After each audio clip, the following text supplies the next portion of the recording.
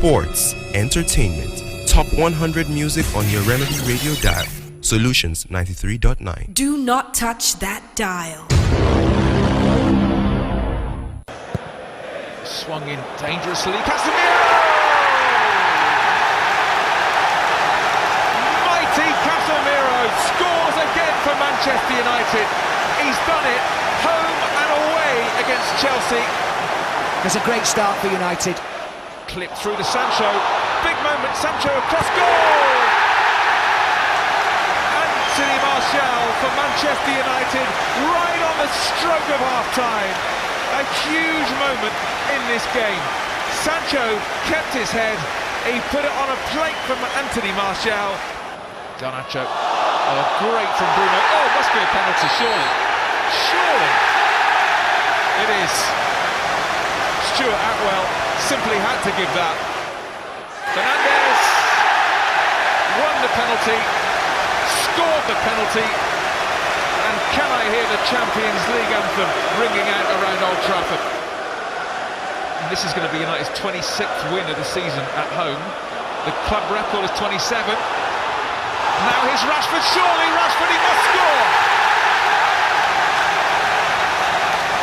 Marcus Rashford, United's first 30-goal striker since RVP a decade ago. Space here for Felix to run across halfway. Still going, good run. João Felix showing his quality, running from midfield and drilling into the bottom corner. United back where they belong, in the European big time. Erik ten Hag has done it. Mission accomplished. United 4, Chelsea 1. So that should be the sound you'll be hearing at the Old Trafford to come next season. Manchester United getting the job done. Top of the morning to you. You're welcome to Kickoff Sports Show. My name is Oladapo Kunubi, aka Youngstriker 9, or you call me the Energy Summoner. Well, maybe a lot of people can now say that Erik ten Hag is the real deal for Manchester United.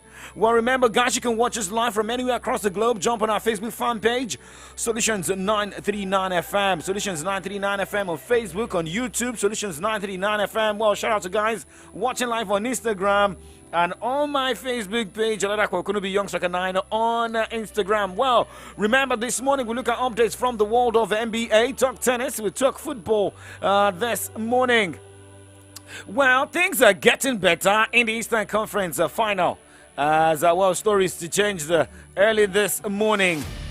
Well, if you think you are down or your back is against the wall, you have to pick something from the Celtics, as Derek White had 24 points, including 6 3-pointers, as Boston Celtics dominated the Miami Heat 110-97 points in Game 5 to extend the Eastern Conference final. Marcus Smart had 23 points and 5 steals, while Jason Tatum and Jaylen Brown finished with 21 points apiece. Well, for those who missed the game in the wee hours of today, let's take it back to what happened.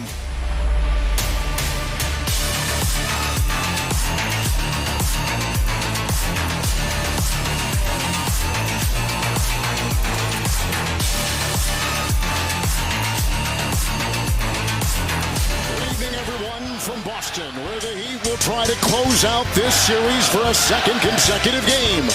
They've already won 2 games here against the Celtics, who avoided elimination in a sweep with a win 2 nights ago in South Florida. Bam Adebayo lost the ball. Vacuumed in by Smart. Here comes Tatum.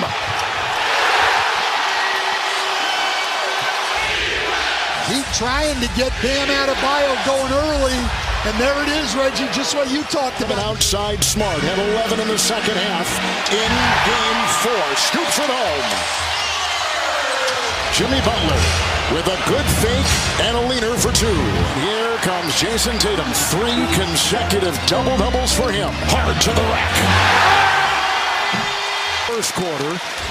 2 minutes gone here in the fourth. Highsmith with a spin on Tatum and scoops it home. Pretty play. Haywood Highsmith. In the offense, baby girl. Pitcher makes the move, and Hauser from way outside with a 3. And they have been great in these elimination games. Winning it tonight by 13, leading wire to wire. So do not underrate yourself. Let's see if there can be more of bubbles to be busted. Well, Boston Celtics dominated the Miami Heat. Well, and let's also let you know that Game 6 is Saturday in Miami, but 1:30 a.m. Sunday morning, where the Heat will try again to become the second number 8 seed to reach the NBA Finals. They've already had 2 chances to do that, but their opponents have battle hard to turn the tide. But someone is asking me, well, your LA Lakers are good, for us. Please, just leave me. All right, but let's talk about Joe Mazzulla, who is the coach of the Celtics, and saying, well, we will continue to try, and we're ready to shock our opponent. Just playing together, playing connected, physical basketball. He just plays with a defensive versatility, and he does a great job paying attention to detail on personnel tendencies. It just says that our backs are against the wall, and we're sticking together, and we're competing at a high level to, give ourselves a chance. Yeah, everything he does is an intangible that you can't measure, and just his leadership and his physicality and his attention to detail defensively is big for us. Well, for Jimmy Butler, well, heading to the Game 6, we can stop Boston. But hey, what just happened to the team in the last 2 games? Looks like a dream, but now they have to wake up. We just got to play better, start the games off better on the starters, make it more difficult for them. They're in a rhythm since the beginning of the game, but we're always going to stay positive, knowing that we can and we will win this series, and we'll just have to close it out at home. Because the last 2 games are not who we are. It just happened to be that way, and we stopped playing defense halfway because we didn't make shots that we want to make. But that's easy correctable. We just got to come out and play harder from jump. So, like I always say, it's going to be all smiles. We're going to keep it very, very, very consistent, knowing that we are going to win the next game. So will there be a top hit against the Celtics? Well, on Sunday morning, we keep our fingers crossed. Now we move away from the NBA this morning. Let's talk tennis, where International Tennis Federation, ITF President David Agati is disappointed that Rafael Nadal will not be able to feature at Roland Garros, which he called Rafa's house. Nadal has not played since suffering a second-round exit at the Australian Open in January, having struggled with a hip injury during his straight-set defeat to Mackenzie McDonald, and will not play at the French Open. The Spaniard last week confirmed he will be unable to compete at the Roland Garros, where he is a record 14-time champion. When announcing his withdrawal, Nadal said 2024 will probably be his final year on the ATP Tour and outlined his intention of making farewell appearances at important tournaments. Now let's talk about Novak Djokovic and Carlos Alcaraz. Well, these 2 players will be on collision course in the French Open semi-finals. At the draw in Paris, Djokovic, seeded 3rd, was pulled out in the same half as the US Open champion from Spain, meaning they could meet in the blockbuster last 4 showdown. Remember, Alcaraz won their only other previous meetings in Madrid last year. 2-time winner Djokovic, looking for a 23rd Grand Slam title, faces American Alexandra Kovacevic in the first round. While Alcaraz, 20 and 2nd seed Daniil Medvedev, will begin their campaigns against qualifiers. Well, remember, qualifier games are also ongoing. Talking about the French Open, we've got games starting today, 10 o'clock, where Fabio Caboli will be up against Laurent Lucoli as Sebastian Ofnat battles Facundo Acosta. More games to go down today. By 1 o'clock, the last game in the ATP, Timofey Saktov will be up against Felipe Meligeni Rodriguez. In the WTA category, starting 10 o'clock, Alice Robe will be up against Brenda Foritova as Araxta Ruse take on Mayuka Uchijima. And it ends by 1 o'clock when Tamara Zindadzek will be up against Aliona Bosova.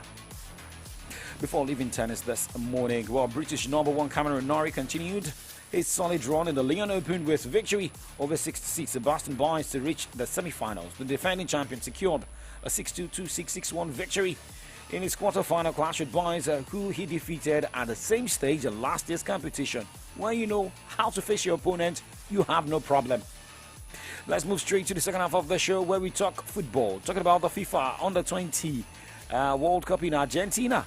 And we'll look at what Jose Mourinho has been throwing at Tottenham Hotspur. And well, we'll get a reaction of Frank Lampard saying as Erik ten Hag after last night's game. Remember, games are also going down this weekend. Do not go anywhere. Kiko Sports Show is live. It is the first half of AM Updates. 93.9 FM. Keep it locked.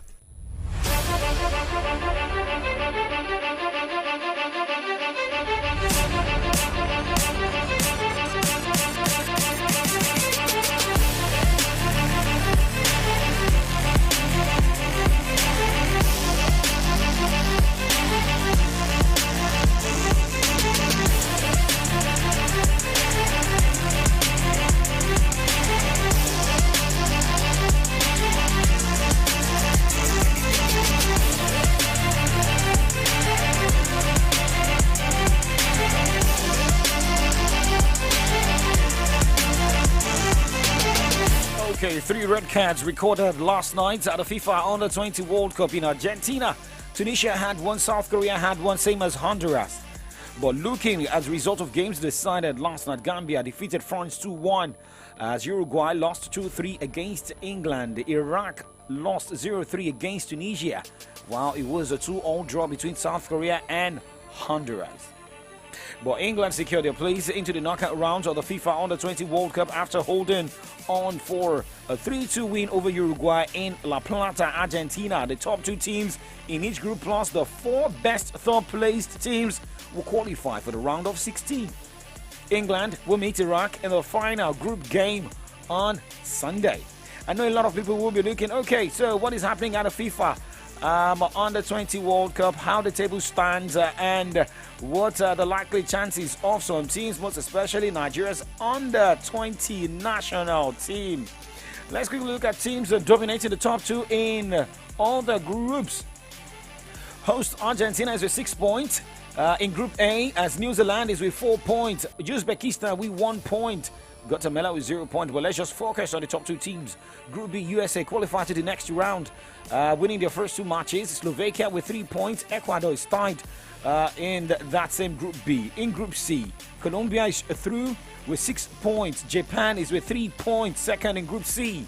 In Group D, Nigeria, Under-20 national team, I beg your pardon, the Flying Eagles with 6 points, winning the first 2 games.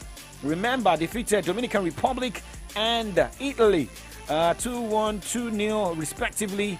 And well, they look true to the next round with a game to spare because they'll be facing Brazil, who's got 3 points behind Nigeria's Flying Eagles. But remember, Italy has also got 3 points. That also looks dicey. Well, Group E has England with 6 points through to the next round. Uruguay with 3 points. Tunisia with 3 points. Tied group there as Gambia booked their place into the next round of the tournament with 6 points, winning their first 2 matches against Honduras and France. South Korea is with 4 points in that group. They also look like a team that is stepping into the next round. But remember, they'll be facing table toppers Gambia. Now, looking at the third place teams, Tunisia, Ecuador, Italy, Honduras, Uzbekistan, Israel. Let's wait and see more drama in Argentina.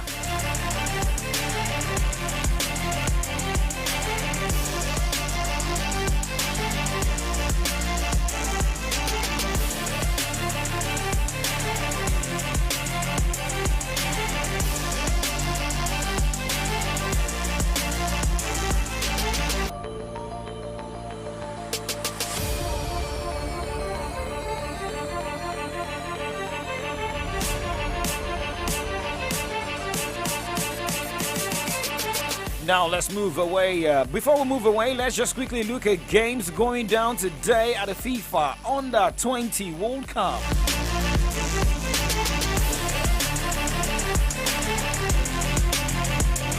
The matches scheduled for tonight starting 7 o'clock.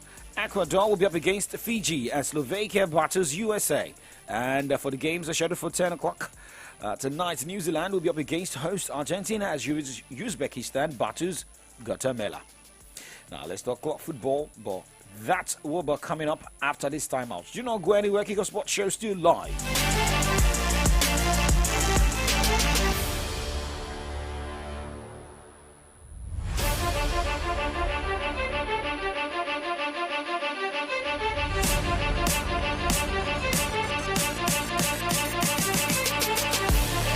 This Naija wey we dey so, say you no hold cash no mean say wahala dey o. You wan send money to Male for Villa.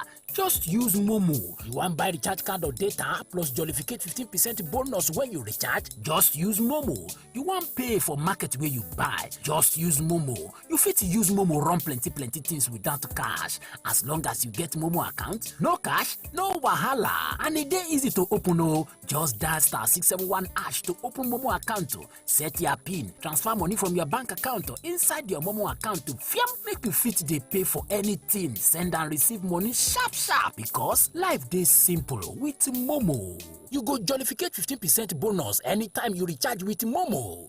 Saleko is a jungle. Everyone does what they must to survive. Gangs of Lagos don land for Prime Video and na the #1 film, so make una go watch am. E get better stars like Toby Bakri, Adesuwe Tomi Wellington, Chike, Iyabo Ojo and more. Plus the genge action wey dem do for the film. Chai! Na for only Prime Video you fit watch Gangs of Lagos and dem go first give you 7 days free trial. Terms and conditions dey o. Oh yeah, japa to Prime Video. Your comfort is important. If you're looking for quality, classy, comfortable, and imported furniture, Johnson A. Nigeria Enterprise is a place for you. At Johnson A. Nigeria Enterprise, we've got a wide range of top-notch imported furniture for you at affordable prices. Name it: sofas, royal marble dining set, executive furnitures of all kinds, banquet furniture, bed and dressing mirror, kitchen cabinet, and lots more. Our intention is to make you feel comfortable always by providing quality furniture, whether at home, office, hotel, lounge and bar, and so on. Hurry now. Contact us today at Johnson A. Nigeria Enterprise, shop number AA 80-20, Railway Shopping Complex, Aleshiloye Market, and shop 8A-11, Railway Shopping Line, by Alalubosa Junction, Iyagonku Railway Crossing, Ibadan. Call 0802-303-0550 or 0706-225-2649. Johnson A. Nigeria Enterprise, home of quality furniture made for you. Hello, sir. Do you mind if I interview you quickly? No. I don't get time. Just a quick one, sir. If you get 1 million naira right now, what would you? You said? First of all, hey, I go shake this my phone. After that, I will come buy correct bars, you understand? Then I'll come work well. Come block my landlord office, see my status. Come declare for the boys there.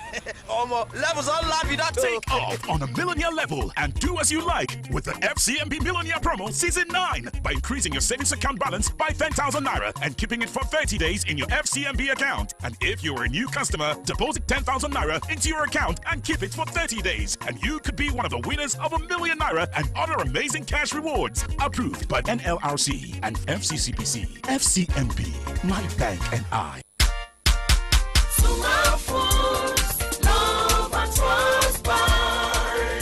Mommy! Yes, daughter? Why is it that almost everyone in my school comes with small candies and biscuits?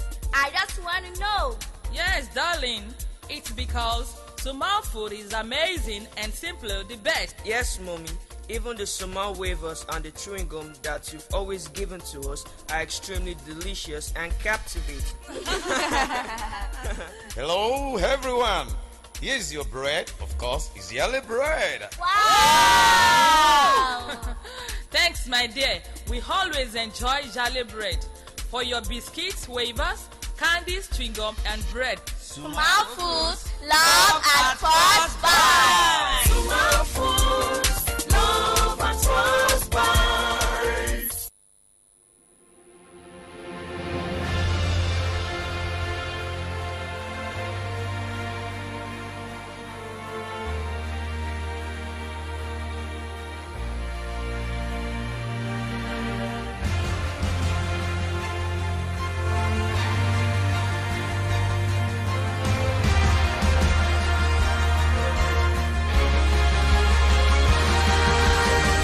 Welcome back to Gigo Sports Show live at your Remedy Radio dial solutions 939 FM. My name is Oladako Kunubi in case you're just tuning in.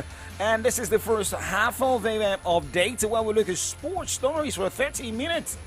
Well, shout out to guys watching live on Instagram at Mickey TBB, Collins Omoibo, Samuel Adetoye, Ademola Derogba. Shout out to Alpha Banishe, Adeshafa Idris. Shout out to you guys. Now, talking about the game that went down last night, well, for Frank Lampard, he feels like, well, what for the defeat? they need to also just learn as the preparation is ahead of next season. Clinical nature in front of goal. That's the first. I mean, we're a better football team in the first half. When I say that, in the middle chunk of the game, possession, chances, we matched them at least. I think we probably had better chances. And then to be 2-0 down in that situation is probably a sign of where we're at. And then second half, individual defending moments, gifting opportunities, probably a sign of where we're at. And well, every day trying to improve, being a real collective unit, and there are some variables for the players. You know, everyone talks about this big squad. I understand that it's hard for the coaches this year at the club. I get it because I've lived that for 9 league games now, 8 league games now, whatever. I've lived that. So sometimes you can say maybe that is a factor, if you want to call it an excuse. But as a player, you have to put that to the side and focus on your own game. And since I've been in, I've understood quickly that. Well, for Frank Lampard, remember till the end of the season, but let's wait to who will be in charge of Chelsea. However, for Erik ten Hag, the plan was to go into the game, make sure to get the victory, and allow the UEFA Champions League song to sound at the Old Trafford come next season. Of course, that is so finalize the season, and that was our objective. We achieved it, and that's huge, especially in this league, because there are many competitors who also have the same objectives, and they have all good squads and teams. So when you achieve it, it's a massive performance, and we are really happy with it. No, I would not say so special, but I think it was an open game. And I think they're already preparing next season, and they were quite relaxed. They play with an open mind, and that is always difficult to play against because they create some chances, but also they give away a lot of space in the breaks, and we should have scored more. But to be fair, they also could have scored some goals. Okay, shout out to all Manchester United fans this morning. Shout out to Damilola Fajimi. Okay, no problem. All right, now, well, for Manchester United, there is a big headache. After that victory over Chelsea last night. Well, the team is currently sweating on the fitness of Anthony and Luke Shaw ahead of the FA Cup final after both were forced with injuries against Chelsea. Anthony was stretchered off with an ankle injury in the first half of the 4-1 EPL win at Old Trafford, while Shaw was replaced at halftime. Oh, my Premier League fantasy. Oh. Okay, but let's talk about Liverpool this morning. Shout out to Liverpool fans here. This morning, well, Liverpool forward Mo Salah said there was no excuse for his team's failure to qualify for next season's Champions League after Manchester United clinched the remaining top 4 spots in the Premier League last night. That was according to a tweet from Mo Salah. But let's check games going down in England this weekend.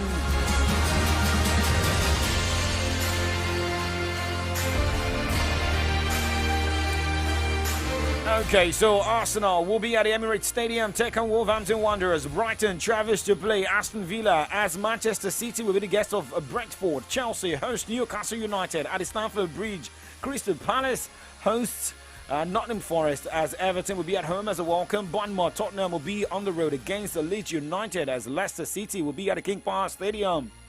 Fight hard to stay in the Premier League against West Ham United. Manchester United will hope to continue with this run against Fulham, as Liverpool will take on Southampton at the Emirates Stadium. All games will be decided on same time on 28th of May.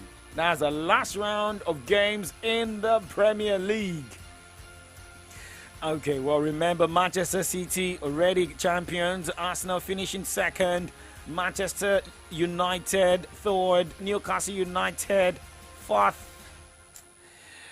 That's how the top 4 is. The top 5, Liverpool, 6th, Brighton, Aston Villa is 7th. Well, things can still change between the 6th and 7th.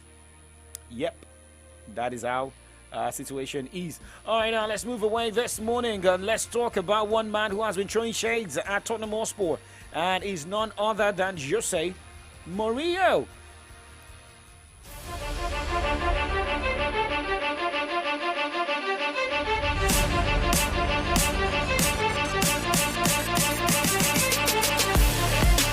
AS Roma boss Jose Mourinho has opened up his disappointing spell in charge of Tottenham, saying they are the only one of his former clubs that he doesn't still have a deep feeling for. What is that supposed to mean? So that means that Jose Mourinho still has deep feelings for Chelsea, Real Madrid, Porto, Manchester United. Okay, maybe because he never won anything with Tottenham Hotspur. Okay, all right, but well, he's currently with AS Roma and they're playing in the Europa final. But let's look at what we're going down in the Italian Serie A this weekend, starting tonight. Sampdoria will be up against Sassuolo, and that game is going down by 7:45. But looking at other matches scheduled for this weekend, Salernitana match day 37 hosts Udinese. Torino travels to play Spezia, as Fiorentina hosts AS Roma. Inter Milan, after winning the League Cup title right there, that is the cup competition which they won in the midweek, will be up against Inter Milan at the San Siro.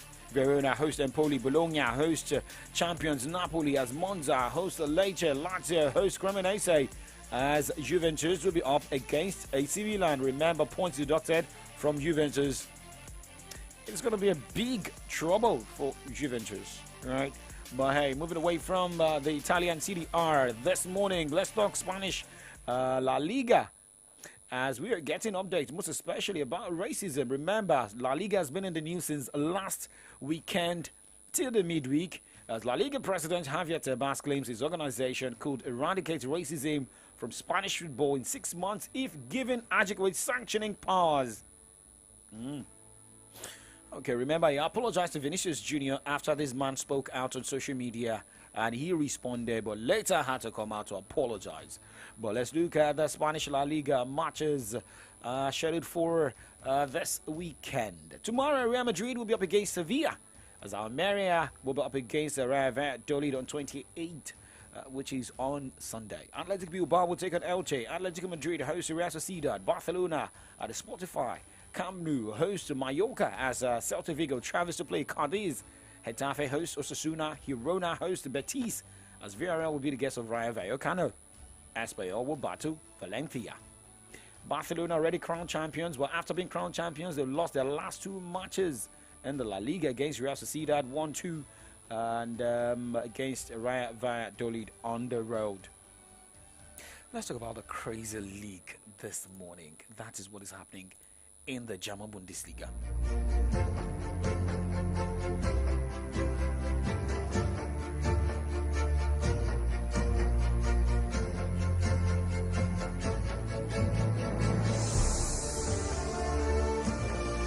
Games going down simultaneously in the German Bundesliga, and drama to be expected this weekend. Borussia Mönchengladbach will be up against Augsburg. Bochum battles Bayer Leverkusen. Dortmund need this title, right? As a battle Mainz at home. Eintracht Frankfurt will host Freiburg, as Bayer Leverkusen will be on the road against FC Köln. All they'll be praying for is for Bayern to lose is for Dortmund to lose their game against Mainz, and Bayern, their prayer to be answered if they win against FC Köln. They will never pray. They will never pray for the team that, defeated them. That is RB Leipzig, that defeated Bayern 3-1. Although, remember, Leipzig will be up against Schalke. Stuttgart against Hoffenheim. Union Berlin against Werder Bremen. Wolfsburg take on Hertha Berlin. The point difference in the German Bundesliga top 2, Dortmund is with 70 points, as Bayern is with 68 points. All they need to do is to win their game. Bayern to have 71 points and for Dortmund to lose. But all what Dortmund just need is just go for the win before you start bringing calculator. Right, guys, we have to move to the other side of the show this morning, where we look at headlines on the pages of Nigerian newspapers. My name is Oladapo Kunubi. Remember, I'll be back on the other side this morning. Good morning, Ibadan.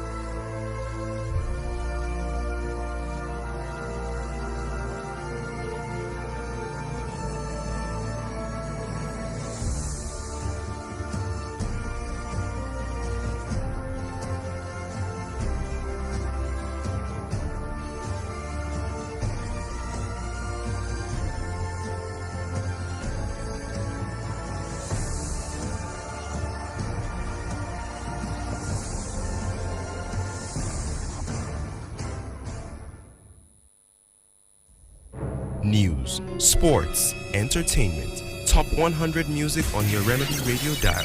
Solutions 93.9. Do not touch that dial. Ẹ káàárọ̀ nílùú Ìbàdàn.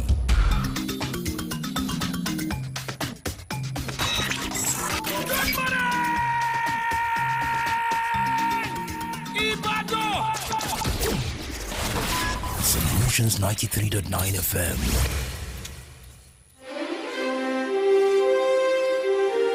We raise the spotlight on the different headlines of our national dailies. This government, apart from giving that minimum wage of 30,000, which was a 6% rise. We bring to you in-depth analysis on the major stories making the rounds. And the CSOs to INEC account for 400 billion naira spent on general elections. Interviews with political and government stakeholders. There was a big push on export. We consume a lot. We need to be an economy that an export engine, and we need to be a production. Every weekday, 8 a.m. to 10 a.m. on the Remedy Dial, Solutions 93.9 FM. Welcome to From the Dailies with Favor, Dapo, Laffy, and Victory. Let's talk about the state of the nation. Your voice matters. News, sports, entertainment. Top 100 music on your Remedy radio dial. Solutions 93.9. Do not touch that dial.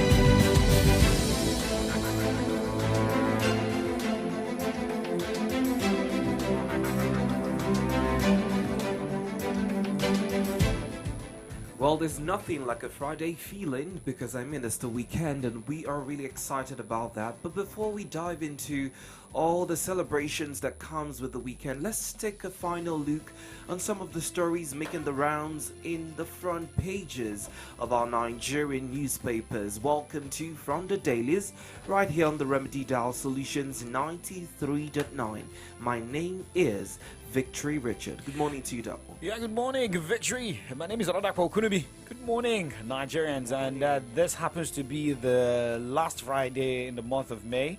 And we'll also say Happy Children's Day in advance because tomorrow is Children's Day. And to celebrate the kids, we have a special event tomorrow and Sunday.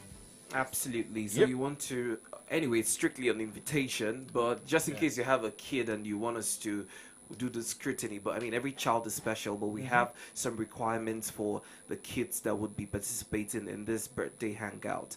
So, and it's going to come with a lot of great features, music, games, some gift prizes and food, of course. So brace yourself for that wonderful experience. Yeah, shout out to Paris Bakery. Yes, for partnering with us. So be sure that it's going to be fun-filled. So we're looking forward to Saturday and Sunday, as well as Monday, because something very significant is happening on Monday as a new administration commences. The inauguration, of course, of the Tinubu Shatima administration. Anyway, let's look at the front pages of the Nigerian newspapers. I'll be taking stories from the Nigerian Tribune and the Vanguard newspaper. Well, have with me the Punch newspaper and the Nation. All right. Be reminded that we are live on Facebook as well as YouTube. So be okay to jump on. It's okay to jump on the platform and lend in your thoughts regarding the state of the nation. Let's hear your comments and some of your submissions as we look through the headlines this morning. Let's get right into the papers.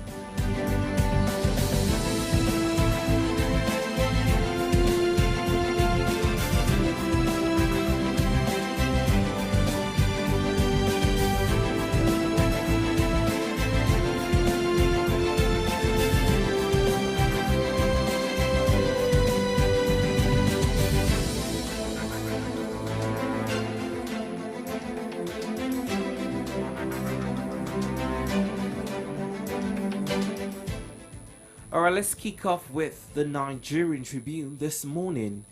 What we will remember Buhari for. Nigerians speak. Lazy youths. Longest ASU strike. Twitter ban. Naira to buy Naira. Railway. Border closure. Banditry.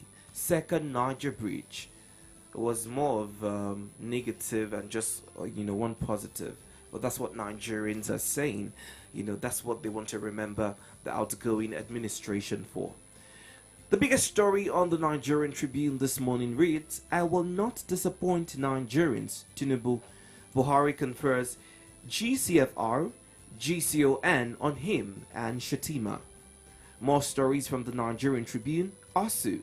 Federal government releases white paper of visitation panels. Find that story on page 5. Kano government drops murder charges against Dogua. Find that story on page 3. I had no idea of the education sector when Buhari appointed me. Adamu speaking there. I think this is a blueprint, or the past administration should serve as a blueprint to, making the right decisions. Putting the right thing in order by the incoming administration. We'll talk about that during the analysis.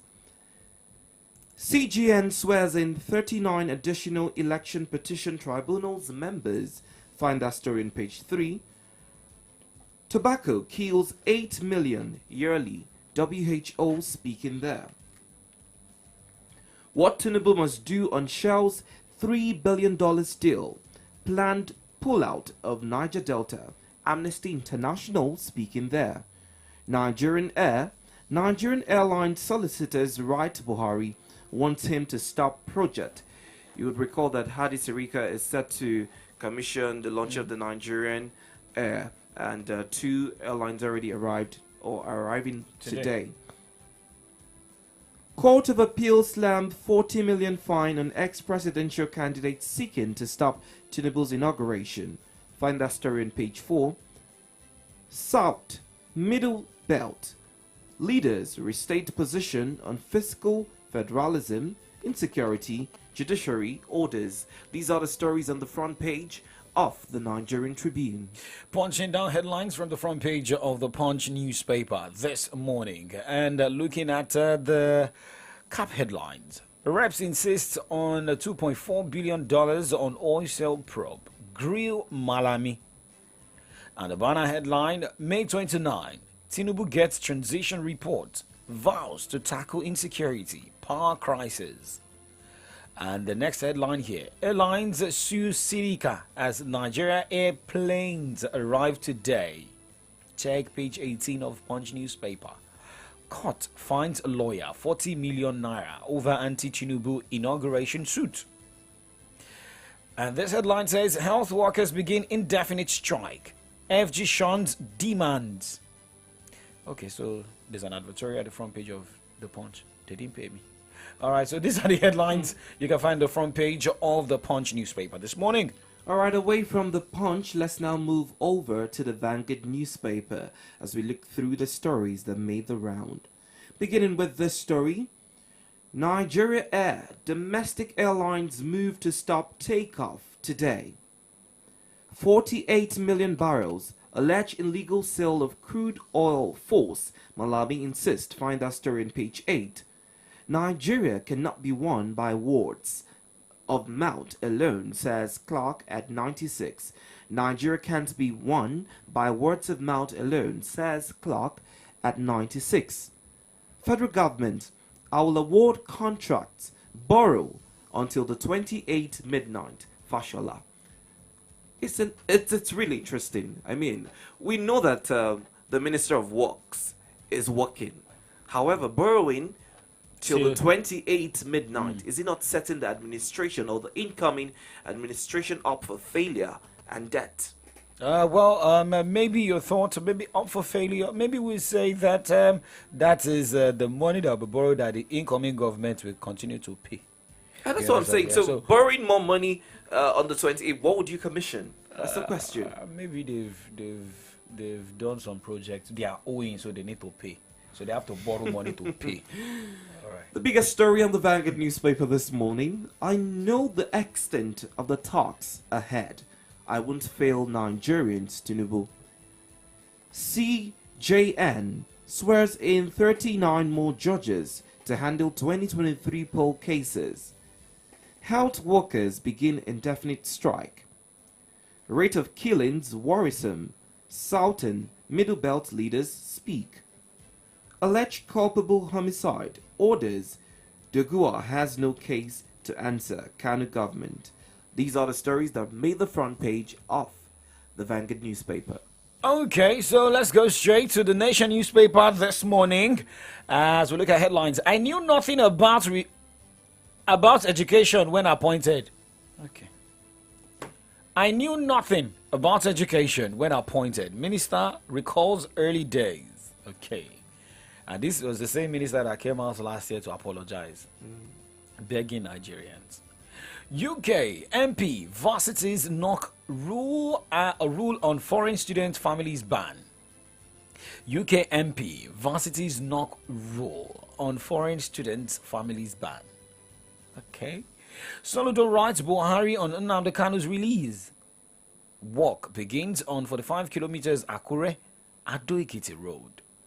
The red headlines are from the Nation newspaper this morning. Many appointees walked against my re-election. Who said this? Workers shot Ogun Assembly. The banner headline this morning from the Nation newspaper. Tinubu, I understand the magnitude of task ahead. Now, 3 riders to that headline. President-elect gets Burden of Service transition document. Buhari confers GCFR on Tinubu, GCON on Shetima. President, after all good race, I have passed the baton. Okay, so there's a quote from President-elect Bola Ahmed Tinubu on the front page of the Nation newspaper. Now that great duty descends on me. I understand the meaning of the honor given to me today and of the task that awaits. End of quote. Okay, so the last set of headlines here. U.S. 2024. Florida governor to challenge Trump for ticket. 100 million Nigerians captured for NIN, says federal government. These are the headlines you can find on the front page of the Nation newspaper. Get a copy of the Nation, get Punch, get Vanguard, get Tribune. Those are the newspapers we're looking at this morning. And we'll go straight to the burning issue this morning. Okay, so where do we start from? Is it with Nigerian Air? So a lot of stories making the rounds this morning. I think it's only right that we start with education because it will launch us into the conversation as we also make known our thoughts regarding the incoming administration. Now, the Minister of Education, Adamu, has come to reiterate one more time that he was not aware or he had no idea of what the education sector was all about before his appointment as the Minister of Education. Now, if we check through his background, he's an accountant, a journalist, and he's done, some other or taking some of the leadership role, but nothing in terms of education. He stated this because he was saying at the beginning of his administration, he started seeking the attention and looking out for more experienced people like the permanent secretaries, to get ideas on how to run the Ministry of Education. But the question bothering the minds of Nigerians are your trajectory as the Minister of Education has seen a lot of pitfalls. This administration or the Ministry of Education under you experienced the longest ASU strike ever seen in Nigeria. And so many pitfalls regarding the education sector.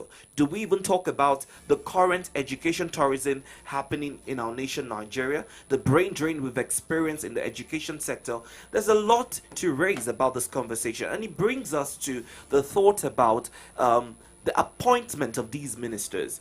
Should they be appointed based off their competency and knowledge in that field, or because they are, they have a trajectory of being leaders? A party member, maybe is also a slot. Maybe being a party member. That's the question. I was talking with a friend, and my friend said to me that you don't have to have experience to occupy a public office. That if we look at it this way, how many presidents had been president before they occupied the position? Which is a valid point that you can learn on the job. However, okay, when you say how many presidents have been, okay, some have been heads of states. Head of states, like President Olusegun Obasanjo, who was head of state. The current presidents as well. So maybe these two people can be exempted from that. I think what he's saying is you can actually learn on the job. In his defense, he said that ministerial positions or public serving positions are one that if you know how to lead people, then you can have the people who have experience in that field and direct them on how to execute the job. You don't necessarily need to have the experience of being an educationalist per se, judging from Adamu's defense. So I'm of the opinion that I think that anybody that would occupy such a significant position or any ministry should be grounded, at least understand everything around. Yes, 30 to 40% of what that position requires before taking the office. Maybe we should as well look at this. Maybe despite putting the right peg in the right hole, some people don't have that that opportunity. I mean, I'm not saying opportunity, but the right environment, to also thrive. When late Umar Musa Yaradua and Ebele Jonathan were on board, we still had ASU strike. And these people, they knew more about education. They understood what it takes to be a lecturer and what has been going on in the education sector. So why do we have, sometimes when you have these people, what now goes wrong? Why do we have, strike? When you know that you already have the experience. I mean, Chris Ngige, he understands the medical line. Why do medical practitioners go on strike? Remember, health workers are on strike right now. NARD suspended their warning strike on Monday. I think Monday. So sometimes you just look at it like, is it that these people are just for the office because they just want to build a CV, or because they worked for a political party so they give them the appointment? And to buttress what the education minister said, it was the same thing as Festus Keyamo, who said that the office he occupies is unconstitutional. That was an opportunity that President Muhammadu Buhari appointed him. That's why I'm saying that before you make an appointment, make sure you go through the qualifications of the set persons that are set to take on the office. Because it's really sad to have, I would rather that the Minister of Education did not even make a statement like that. Although, the way the headline put it, it was a clickbait. If you read through the story, yes, he was sharing his experience. Yes, as how he started and how he had to sort, the knowledge and the experience of the permanent secretaries. People, I read through some tweets, and people were saying on Twitter that maybe we shouldn't have appointment of these ministers. We should rather use the permanent secretaries. In the ministry. People who already are in the ministry to occupy positions like that because they've had like grounded experience running. They've worked with different commissioners. I mean, given absolutely. ministers running the position. So maybe that should be the case, as opposed to appointing people who have zero or no knowledge of what that office is required. Come on. I mean, looking at we have Comrade. That's your Comrade Omotosho on the line this morning. Comrade, thank you for joining us this morning. There's the last episode for the week. Thank you very much. Good morning to you, Comrade. Good morning, Lapo. How are you doing? Yeah, we're fine this morning. Good morning to everybody in the studio. Good morning, sir. It's Victory. Yeah. Okay, so Victory. Good morning. How are you doing? Very well, thank you. So, Comrade, I mean, we've been discussing about the statement of the education minister, talking about having little or no knowledge when he came on board as a minister. And even according to reports, he happens to be the longest serving minister of this administration. So, we look at this, and with what Festus Keyamo also said, during the valedictory event, saying that the office he also occupies is, unconstitutional. Maybe some offices were just created to just put some political, party members who worked during the campaign, and at the end of the day, having a negative ripple effect on Nigerians. And now, if this is like a standard, how can we avoid this kind of standard moving into the next administration that is taking over power on 29th, which is in the next 2.5 days? Thank you. I think this is a part of the problem we are having in this country. So most of the appointments that that are made are not made based on merit, and a lot of mismatch also take place when appointing people for certain positions. I remember, I think about 2 or 3 days ago, I did mention something like this, where you put a mechanic in charge of you take a farmer and put him in charge of things. I mean, in the ministry that require technical know-how. You take a lawyer and make him a minister of works and housing and all that. And so some things are just not right the way they are being done, and it's causing a lot of problems for us. Now, how can you? This is somebody now coming out to say, I mean, it's just being factual to say, look, the ministry I was placed in, I knew nothing about it. So, and you expect performance from such a person, somebody that does not even know what the responsibility that is given to him. He doesn't even know what the responsibility requires, what it entails. He doesn't know, when he gets there, he doesn't know how to function, what he's going to do, what will he be doing. He doesn't really understand, and you put him there. So, and it actually is some of the things, just like where you are dealing with the lives of the people. You are using patronage, just like job for the boys, and then you expect them to perform. So no wonder we are having the kind of problem and issues that we are having in our country. So it is something that needed. I think I remember mentioning my last intervention that this administration, this incoming administration, must make appointments based on merit and competence. You don't appoint somebody that does not know anything about the ministry you are putting him, and you expect him to perform. It is wrong. So they should start. I mean, our politicians should stop toiling with the life and destiny of his citizens. It's like the mandate. Just because I want to make sure that I satisfy, or at least I serve these people, every state. So you must you must make sure that you have ministerial appointment that will go around the 36 states and all that. Now the minister of state, somebody say, I don't know. This had never been in our policy. It has never been in the kind. We've never had this kind of appointment until recently. So I think government you can put people somewhere, but at least make sure that they know what to do, they know what they are expected to do, and based on their competence, and they are able to deliver to the people. Otherwise, we are just wasting the people's money on nothing. I think there must be a departure from that.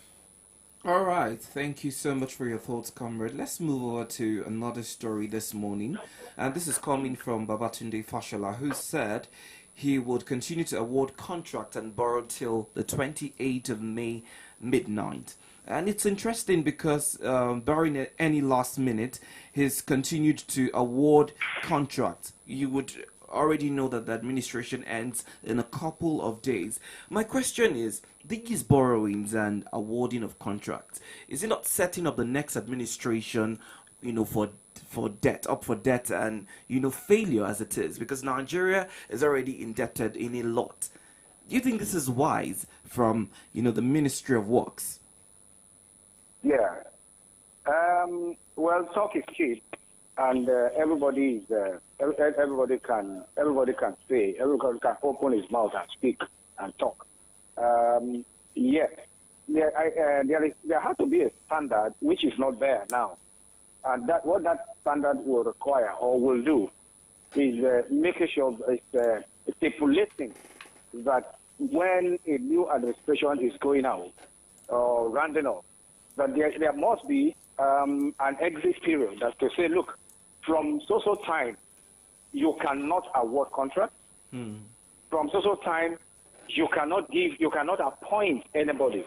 You cannot make appointments. You cannot do this and that. I mean, that standard has to be there, because it's becoming some kind of it's becoming a practice.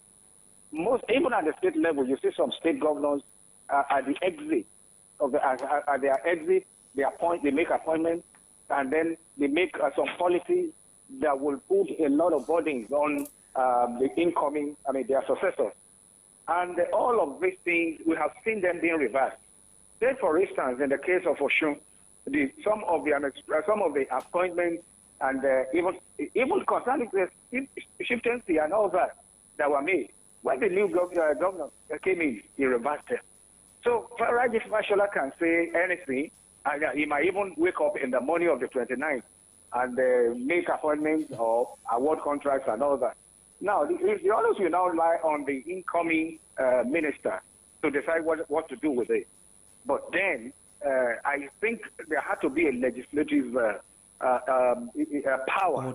Something must be done to say, look, from so time, you cannot award contract, you cannot do this, you cannot do that. So I think it's just simply because it is left open that most of them are doing that. And I want to refer to it as some kind of shenanigans that must be stopped. It cannot continue like that.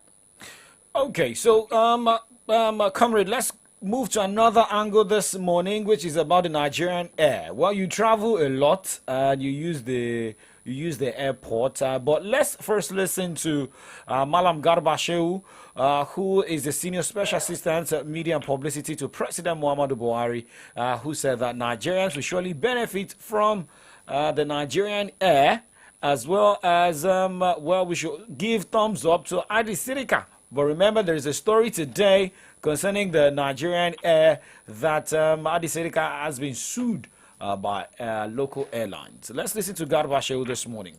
The minister has been bashed unfairly all over the place. He has been doing this with all of the commitment to put this airline in place, but simply that obstacles have been put on his path every inch of the way.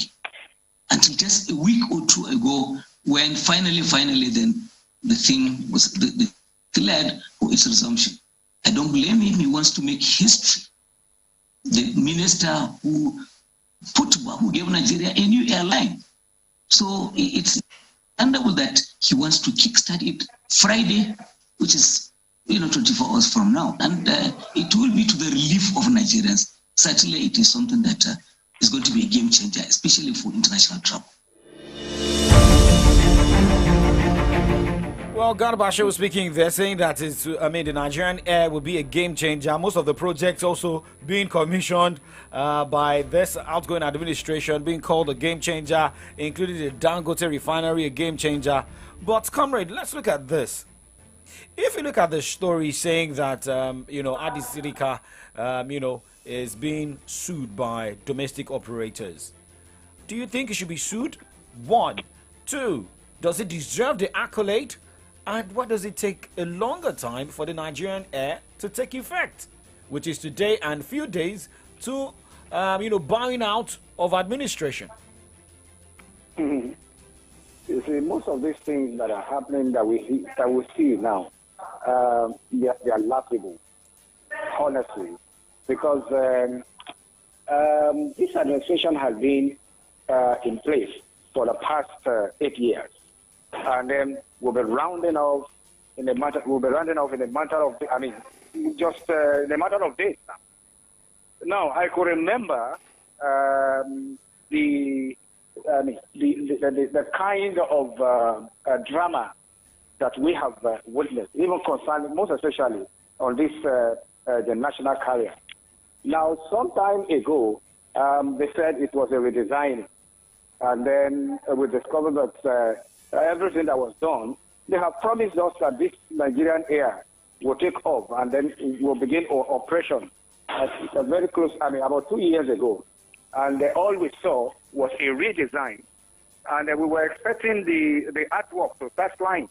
Unfortunately, it wasn't flying. So, and just now, they are saying that they are going to give us another one now. Now, what they have not been able to do, they are saying that the carriers will start operation now. And it has not been able to do that in the past 8 years.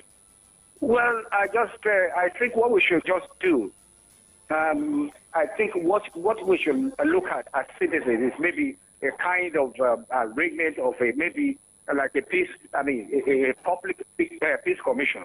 Let's just advise ourselves and say, look, these people have done the best they could do. I don't expect they can do more than that. Now, let's just assume and just zero in our mind and say, well, let them just do whatever they want to do now and just get away of the thing.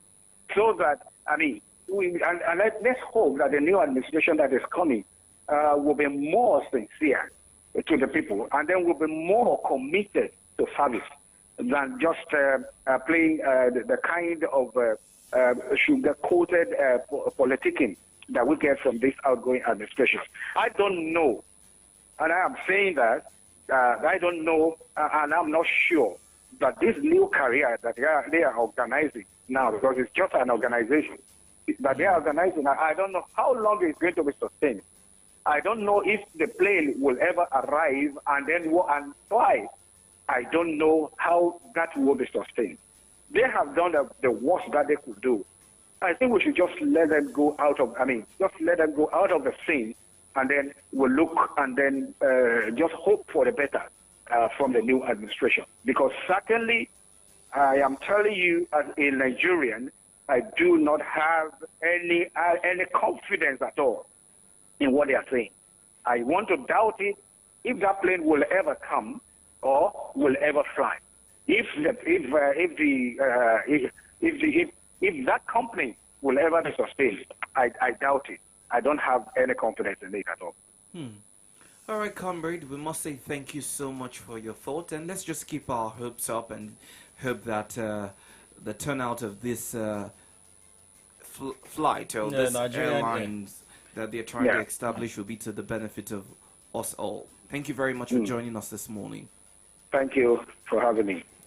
Okay, so we look at more issues here this morning as we look at the headlines in the pages of Nigerian newspapers this morning, same as trending stories. But remember, you can also be part of the program. The phone lines are open: 0909-888-9939 or 0912-222-2939. 0909-888-9939 or 0912-222-2939. All right, we'll also be taking messages via Twitter, Facebook, and WhatsApp. For WhatsApp, do send in your messages via 0904-422-2939. Our Twitter is at Solutions939FM.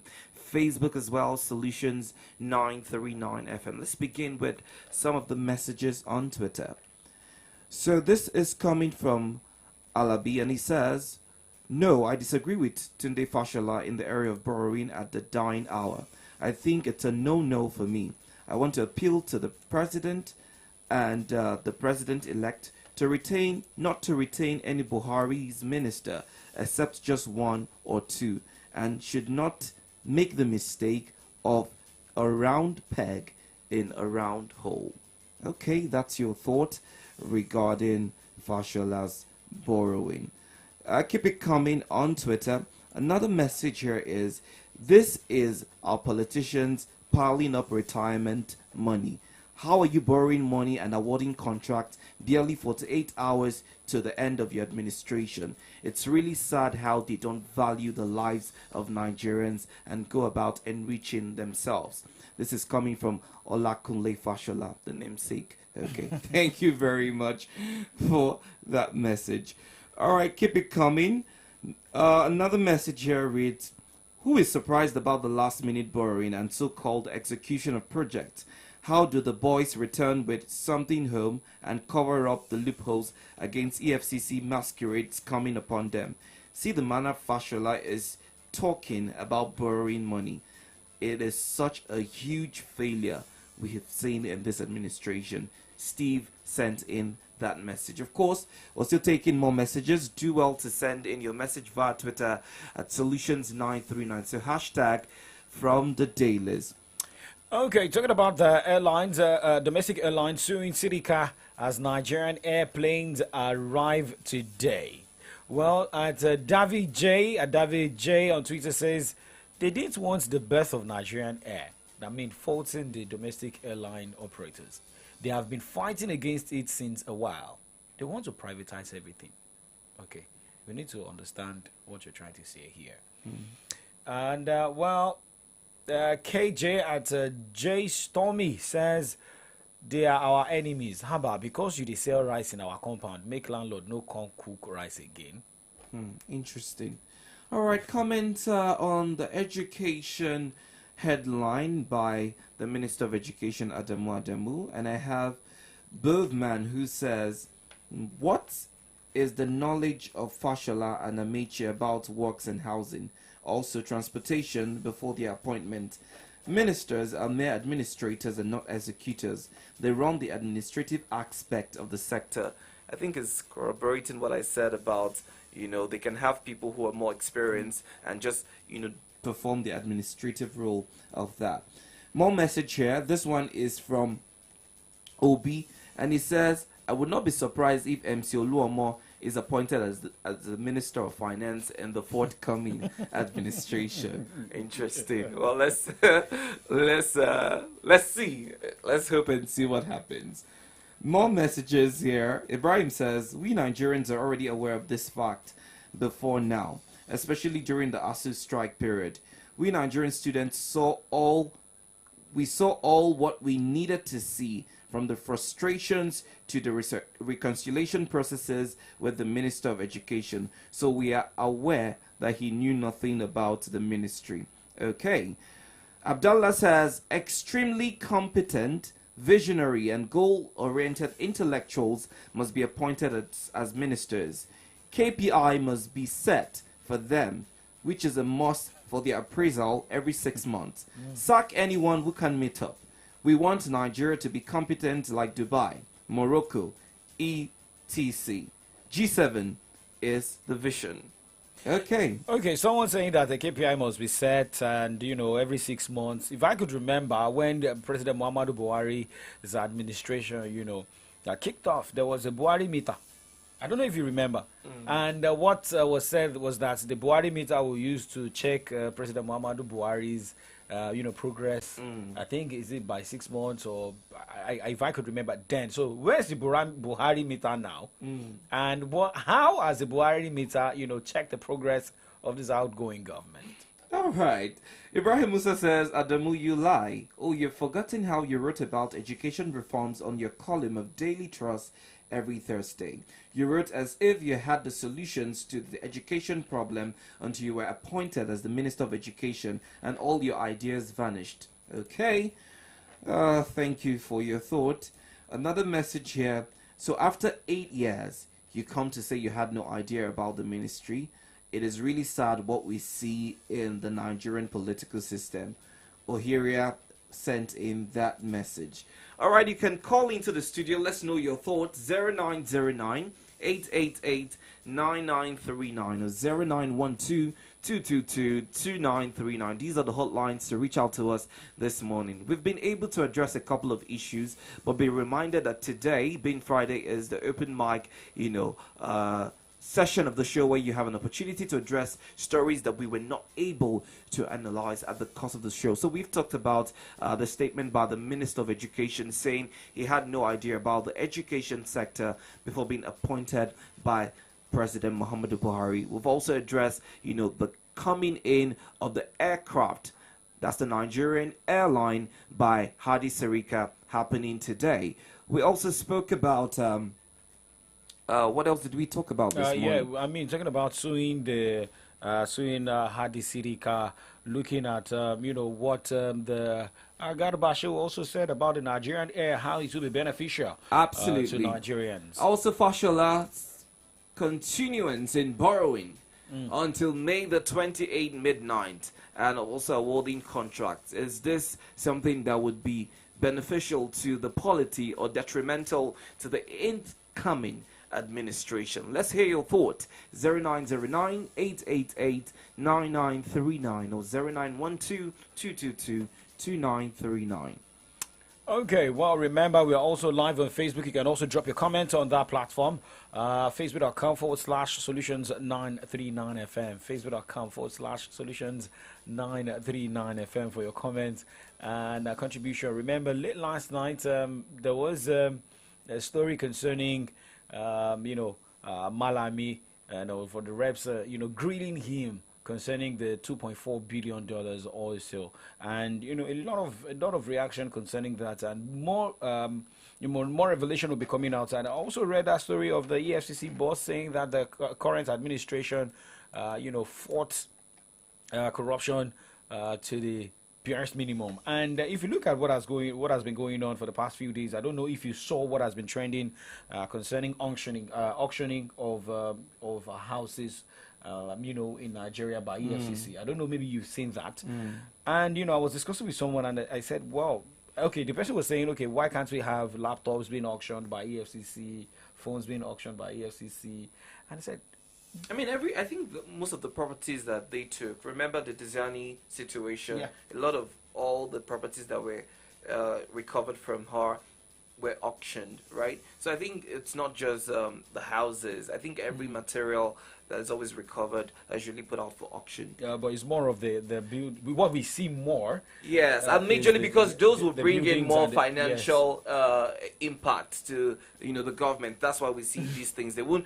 If you put out laptop, for instance, Nigerians will take you seriously because that's you being frivolous, right? Yes. So they won't take you seriously. And okay, so concerning that story. We've been getting different reports, we've been getting different feedback here, same as comment on Twitter at Unruly Noye says, the kind money these men they steal, Choi, one man go get mine, steal billions, then imagine waiting one thief go steal how much can remain for budgets. Okay. Let's also look at here the worst AGF of Federation, very tribalistic, silent, and okay on Boko Haram bandits. Deborah's death made no meaning to him, and the criminals were acquitted. I was also writing a story today, the special report concerning the Children's Day, and we look at the Child Right Act. You look at what Nigerian children are meant to benefit, and when they talk about this, you look as if no, it is not their right, is a privilege, and we look at what has been happening. Out of school children, the Almajiris, what happened in Dapchi. Remember Leah Sharibu, who is still with the Boko Haram, and looking at the Chibok school girls. And we look at this. Is it that there's no law in Nigeria? Is it that they don't follow the constitution? This. We look at the outgoing government, because you took a particular headline earlier. I don't know if it's Tribune or Vanguard that gave a post-mortem of the outgoing government. Yes. So, if we look at this, maybe if people want to sum up, we'll say, okay, this is an administration where law is for some people, and well, for some people, it doesn't matter. You know, you talk about the Almajiris, and you talk about school feeding program. Remember the campaign where they said, okay, a particular number of kids were fed with billions. And here in Oyo State, I've not seen a place where school kids were fed. I don't know, maybe you saw that in Lagos, where most times when you go to Lagos. I've not experienced anything like that. I mean, what we see in Nigeria can be baffling right now, and that's why there's the desire for change and a better administration. You know, just as the president-elect has come out to say yesterday during the conferment of GCFR and GCON to himself and Shatima that he won't fail Nigerians.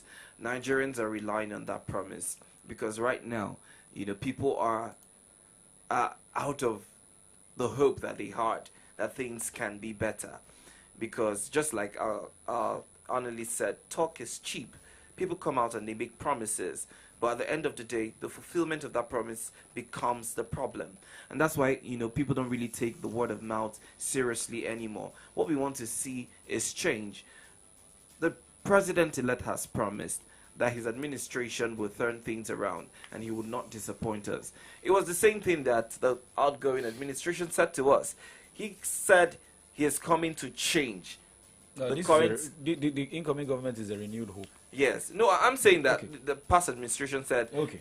it was their mantra was change, and we don't know that the change that we saw was positive. Right? Well, I mean, don't let us. I won't want us to also wash down this administration. What I'm doing here is looking at the headline. The pros and cons, Yeah. yeah. What the headline, like the Nigerian Tribune, for instance, said to us this morning. Let me get that, you know, a headline that reads about the analysis of the past or the outgoing administration. What will Nigerians remember Buhari for? And it outlined lazy youths. Remember that statement by the president. The Nigerian youths are lazy. There was actually a story trending recently of Abike Daberi and you know some journalists who stated that she called Nigerians cultists, and she was telling the owners of that television, Media house, yeah. yes, to hold, you know, their girls, Their presenters. you know, and it's stated here as well: longest ASU strike, Twitter ban, Naira to Naira, railway. I'm not even seeing fuel scarcity here.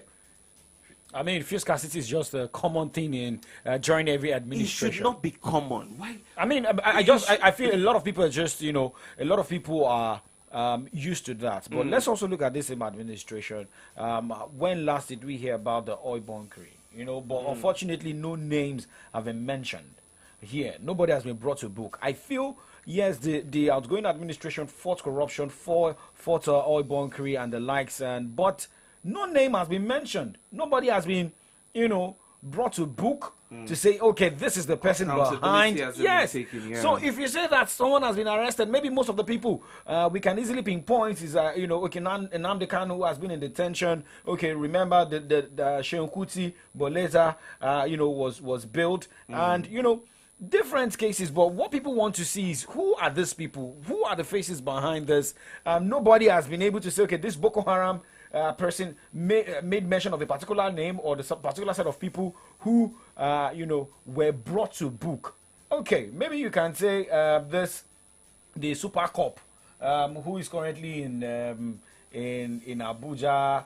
Is he in Abuja now? You know, who's connected to Osh Poppy. And I asked the question, you know, when there was during the jailbreak, if you remember, people felt like, okay, this particular, you know, police officer will be part of the Boko Haram members or those who left, you know, the prison. But here it is: the people who left the prison. How many of those people have returned? How many of them have been recaptured? So we look at the weaknesses, but I believe some of the weaknesses maybe continued from the first term to the second term. Maybe to get to a stage where some presidents will just use 4 years. So when you use 4 years, the new administration, you know, can readjust the mistakes and the misdemeanor of the first term, and the new government that comes on board, we get something better. Because look at what happened in the first 4 years, and was there progress in the second term? That is what we need to look at here. But I feel we look at the naira versus dollar. I don't see any improvement, because sometimes when you look at the business report, you see how much it was to a dollar. I think at a point in time, it was almost, the naira was almost gaining strength. But look at the wide margin now, and look at how the number of people who left Nigeria in the last 8 years, or let's say in the last 4 years, compared to the let's say this last 4 years compared to the first 4 years. So the number of people who left, the number of strike, the number of people brought to book, look at Nigerian economy, look at the system as well. Has anybody ever come up? Maybe the only thing we can say about this administration is that they apologize to Nigerians. President Muhammadu Buhari apologized to Nigerians, not giving Nigerians what they expected. But I mean, yesterday, looking at the code saying that now you can hand over the baton to the next person because he has run the race. Well, at this point, I really do not know what. No, to say. apology is good, because victory. Apology doesn't. Apology change is good. anything. Some people don't see. For some people, they will tell you they don't care. They've done what they want to do. Nigerians would not use the apology to change the narrative or the state of the nation. But it's okay. I think it's courtesy that you want to apologize. That is not why you were elected. You were not elected to apologize to Nigerians. You were elected to execute the promises you made during your campaign. And that's the message we're preaching this morning to the incoming administration. He's come out to say that he understands the tax. For the task ahead, this is a man who has been in government but did not really say he wants to, take over power by force. I'm talking about the president-elect now. And, after becoming the governor of Lagos, he ran twice. And, he managed the affairs of Lagos State, for 8 years. And looking at how this government has been running, from Obasanjo era, then he was a governor, to Umar Musa Yar'Adua, to Goodluck Ebele Jonathan, and to Muhammad Buhari. So he should have, checked the weaknesses, what Nigerians want, what Nigerians have suffered of, also they're suffering from, and how things can be better. I traveled a few days ago, right? And we also hope that that can as well, bring something positive to Nigeria. He has taken over the baton. Look at the front page of Tribune, the front page of Punch, The Nation, and the likes. I just hope that this same government, this incoming government will not say that the last administration, took a lot of loans. That's the reason we cannot achieve some projects. I think Nigerians are tired of excuses, and that's why. So just go into the office. Yeah. Start work, and no excuses. Well, he said in a time without number that he's ready to hit the ground running. Let's Yes. check through some messages before we go on a commercial this morning. Remember, you can be a part of the conversation. Call us in 0909-888-9939 or 0912-222-2939. Messages 0904-422-2939. We have a message here from Austin that says, these are the major reasons why education sector had failed woefully under the watch of this administration. Shame on this administration. Okay. Another message here from Enoch, and it says, yesterday it was Festus. Today it is Adamu. The incoming administration should flush all the people holding administrative offices.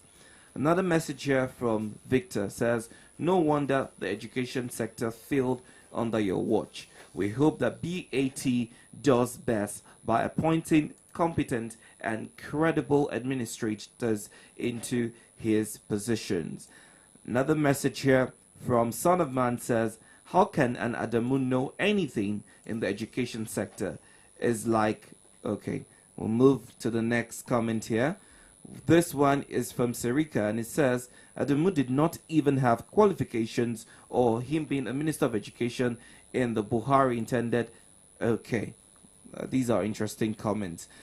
This one is from Lulu, says mediocre appointed politicians based on nepotism is what destroys a nation. Okay, another comment that is not worthy of radio. Let's check through this one. You knew nothing about the education sector, yet you accepted the appointment by the president. What does that make you? I'll have to stop reading that comment there.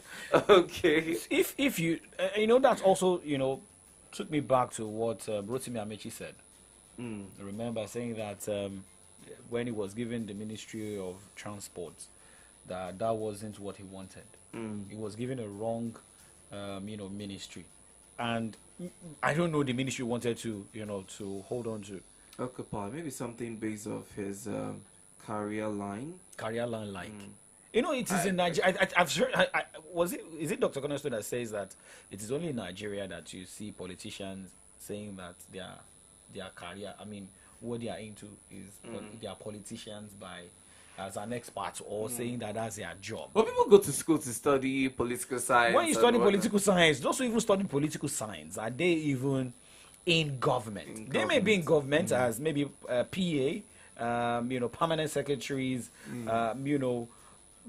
maybe holding to different offices, but not as the arrowhead. I feel it now goes back to putting the right people in the right places and making sure that they work. Look at private organizations, for example.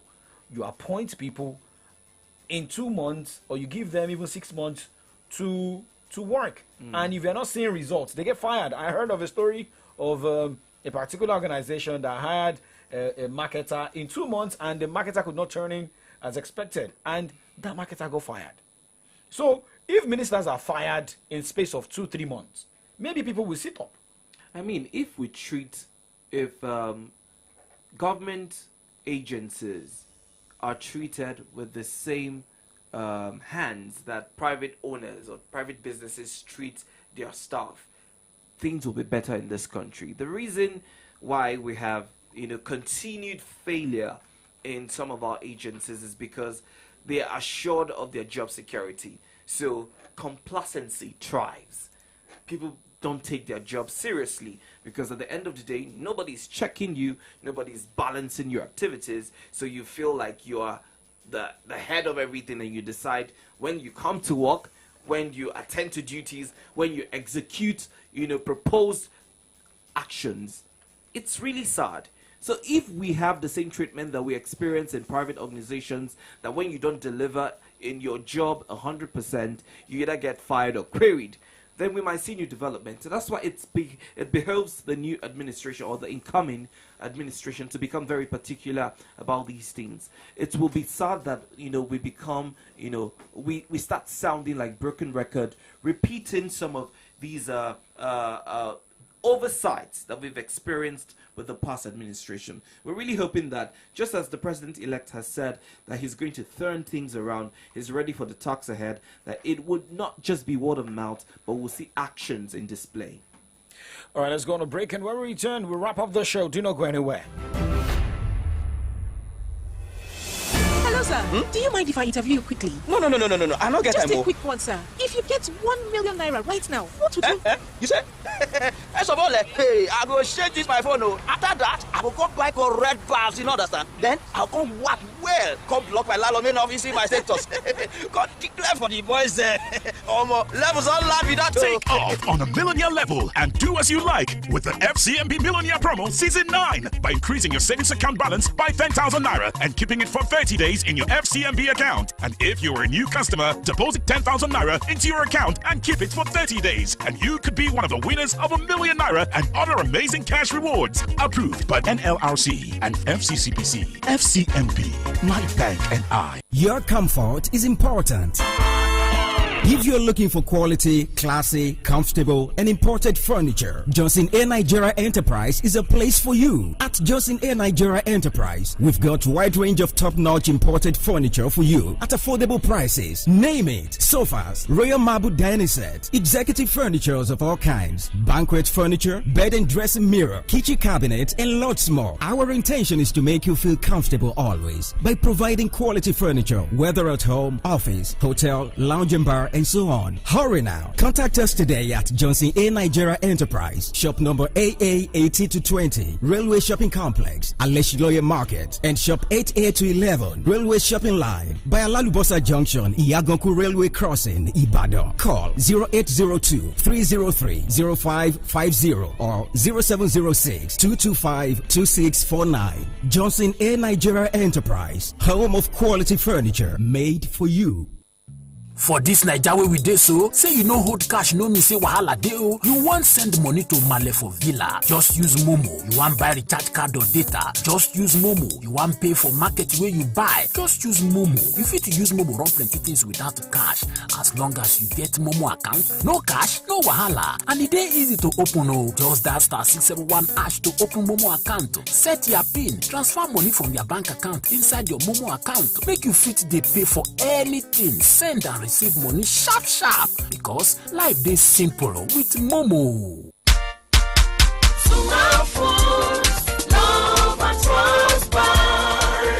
Mommy! Yes, daughter? Why is it that almost everyone in my school comes with Sumal candies and biscuits? I just want to know. Yes, darling. It's because Sumal food is amazing and simply the best. Yes, mommy. Even the Sumal wafers and the chewing gum that you've always given to us are extremely delicious and captivating. Hello, everyone. Here's your bread. Of course, it's yellow bread. Wow!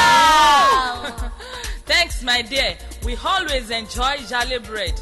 For your biscuits, wafers, candies, chewing gum, and bread. Sumal Foods, love at first bite. Sumal Foods, love at first bite. Saleko is a jungle. Everyone does what they must to survive. Gangs of Lagos don't land for Prime Video and na the #1 film. So make una go watch am. E get better stars like Toby Bakri, Adeswai Tomi Wellington, Chike, Iyabo Ojo, and more. Plus the gege action wey dem do for the film. Chai! Now for only Prime Video you fit watch Gangs of Lagos, and dem go first give you 7 days free trial. Terms and conditions dey o. Oh yeah, check back to Prime Video.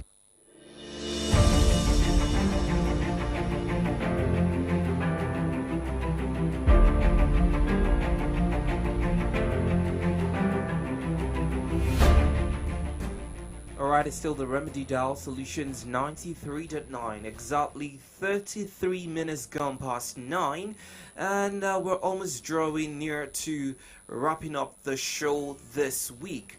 We must say thank you for always being a part of the conversation via comments on our several social media pages. Of course, this is from the dailies, and it happens every weekday from 8 a.m. down to 10 a.m. Of course, this morning we've looked through some of the trending stories in our Nigerian newspapers. We talked about Babatunde Fashola, who spoke about borrowing money until the 28th. No, 28th midnight. Okay, yeah, 28th. That's 28 midnight, so it's not 29th. Okay. Oh, it's midnight. It's still the 29th. You know why you do crossover? Yeah. So we addressed that. We also spoke about the Minister of Education, Adamu Adamu, who said he had no clue about the education sector before being appointed as the Minister of Education. We also spoke about the Nigerian airline and the aircraft arriving in Nigeria today by Hadi Sirika. More like, before I leave office, I must leave a mark. That's I did something. Yes, that's what I can get from that story, which is commendable. And why last minute? Yeah, changing the name of the aviation sector to Nigerian Ministry of Aviation and Aerospace. Well, I'm saying that when I read that story, it's like, okay, that is what is obtainable in Sena clients. But right, yeah, cool. Well, good, and we believe that the Monday edition is going to be different because it's going to be the handover, ceremony we will have in other state as well. Same as a handover. I mean, there was I mean, we have the valedictory event, that is currently ongoing in Abuja. And we'll have a special event on Monday. But remember, the special event's going down on 27th and 28th of February. Of May. May, the Children's Day celebration. I mean, it's Children's Day. You're no longer a kid. That's the problem. Yes, I'm if planning for you're my a own child, kid. you have retentive memory. Well, now that you're no longer a child, your memory is failing you. Well, anyway, we're celebrating children on Sunday. We have a party being organized for them, and they'll come out, in their numbers, dressed in their beautiful outfits, for pictures, games, a lot of giveaways. Strictly by invitation, though. Yes, and so much more. But like I said, we still have like a few, openings. So if you think that your child would like something like that, do send us a message, and if he meets or she meets the requirement, we'll be sure to send you an invitation to be a part of it. Okay, so check our time right now, 9:36. We say BYE on the show, and my name is Oladapo Kunubi. I'll be back by 2 o'clock on the Friday show, where we look at top 3 movies, top 3 music, and Sean Kuti is out of the country though. Yes, he has embarked on his tour. tour. He has a London show. No, not only London. I mean, he's got Switzerland tour. He had a particular tour the week he was in Panty. So now it has to continue. Laffy, how you doing? Good morning to you. You are happy to wear Arsenal jersey. Shots. Good morning. Yeah. I'm always a gunner whether we win or All right. I mean, so there's a lot to give away on the show too. A lot of we have movie tickets. Could see Film House Cinema Samadan Bado. Yes. We have the Drinks NG events going down. Yeah. So much to give away. There's also Babatunde concert. Yeah. So Sunday will really be choked. With a lot of events in IB. Yeah. So I'm looking forward to a great weekend. I can't wait to turn up.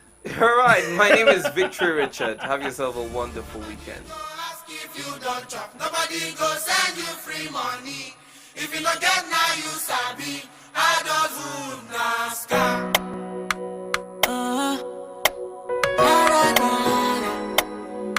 I heard that you're looking for love. Please don't judge me, 'cause I won't judge you. I want to let me believe, I want to believe. As I wake up this morning, landlord don't call me. My body don't ring my phone. Say with that thing where you